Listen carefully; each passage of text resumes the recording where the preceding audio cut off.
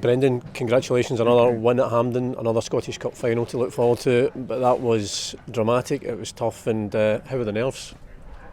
Yeah, I'm normally okay, but there was no doubt you could feel that tension in the game. I said to the players, we'll have a couple of therapy sessions after this game now, rather than coaching sessions. So, but it feels great to get through. We had to work really, really hard.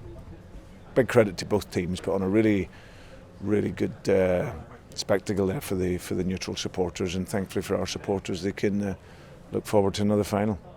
It wasn't the best start. Obviously Aberdeen got the early goal, and it meant the team had to bounce back, which we did when Nicholas got that goal, and then from that point on it was always us in the front and Aberdeen having to chase the game. Yeah, I think disappointed with the start. They worked it well. We were too passive, too much space, and then they've worked it through well, and their striker, who's a good player, finished it well. So then from a couple of minutes in, we're chasing the game, but we get ourselves back in. Kyogo obviously nicks it off the centre half, goes in, and then, like you say, from that there we created opportunities in the game. Went 2-1 up. Jamesy comes in and adds that class and quality to the game.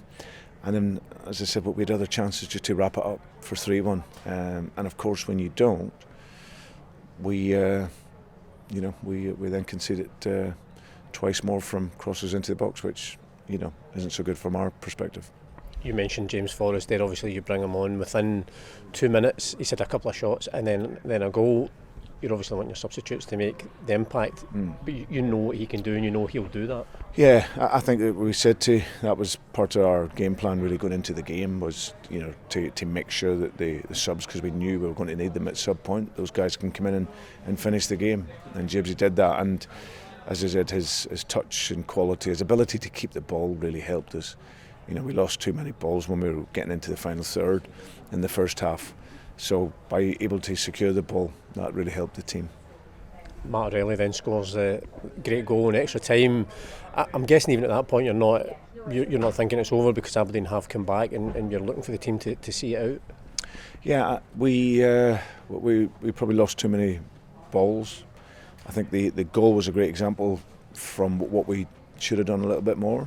We build it out, work our way up the pitch, gets into a great space. Ali Johnson pulls it back, because the more you can make Aberdeen run, the more tired they are, and the more you force them back into their 18-yard box, which then takes away counter-attack. But we get in, pull back, and then when he scores the goal, it's then the case of looking after the ball and managing the football. We stuck on another extra centre half at the end because we knew the balls were going to come into the box, but sadly we still conceded from another cross into the box. But the guys showed great nerve, big heart, and as I said, whenever they could have been really disappointed.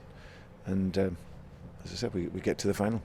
How are you when it comes to the penalty shootout? Because that's probably the one part of the game the manager cannot do anything. You're just standing the touchline the same as everyone else. Well, I think it's the work's done beforehand, so you can still prepare, and thankfully it's something that we work on over the course of the season. In particular, the last couple of days, all the players have taken penalties and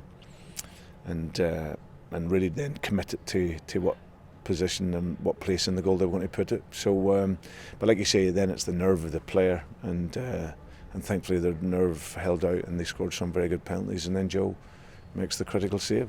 Yeah, you mentioned big heart. Obviously, Joe steps up with the chance to go for glory with the penalty that he misses, but then it becomes the hero when he saves that penalty. Yeah, it's funny how football works, isn't it?